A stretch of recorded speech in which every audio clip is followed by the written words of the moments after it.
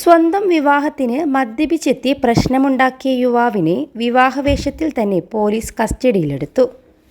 പത്തനംതിട്ട കോഴഞ്ചേരിയിലെ തടിയൂരിലാണ് സംഭവം. വധു പിന്മാറിയതോടെ വിവാഹവും മുടങ്ങി. വിവാഹച്ചടങ്ങുകൾക്കായി പള്ളിമുറ്റത്തെത്തിയ വരൻ പാടുപെട്ടാണ് കാറിൽ നിന്നിറങ്ങിയത്. പുറത്തിറങ്ങിയതോടെ വിഷയം കൂടുതൽ വഷളായി.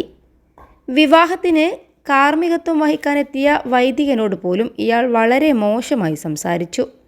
ഇതോടെ വധുവിൻ്റെ വീട്ടുകാരുടെ മനസ്സുമാറി. വിവരമറിഞ്ഞ് പോലീസ് സ്ഥലത്തെത്തിയപ്പോഴും വരൻ പ്രശ്നമുണ്ടാക്കുകയായിരുന്നു. ഇതോടെ മദ്യപിച്ച് പ്രശ്നമുണ്ടാക്കിയെന്ന വകുപ്പ് ചുമത്തി പോലീസ് ഇയാൾക്കെതിരെ കേസെടുത്തു.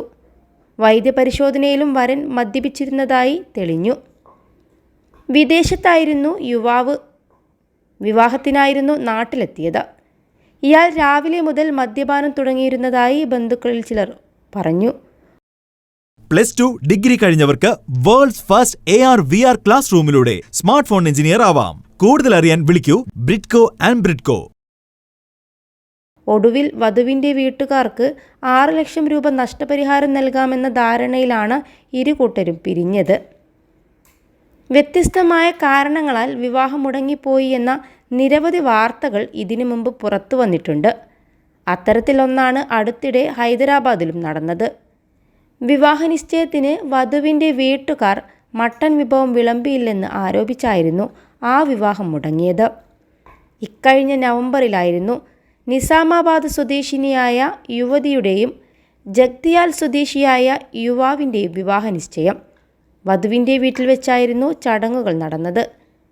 വിവാഹ നിശ്ചയത്തിന് വധുവിൻ്റെ വീട്ടുകാർ ക്ഷണിക്കപ്പെട്ട അതിഥികൾക്കും വരൻ്റെ ബന്ധുക്കൾക്കുമായി മാംസാഹാരത്തിൻ്റെ വിരുന്ന് ഒരുക്കിയിരുന്നു.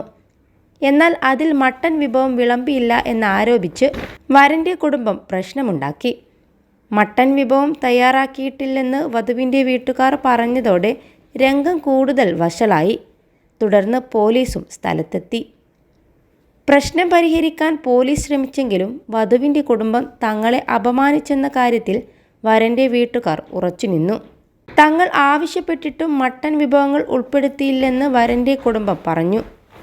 തുടർന്ന് വരൻ്റെ വീട്ടുകാർ വിവാഹം വേണ്ടെന്ന് വെക്കുകയായിരുന്നു.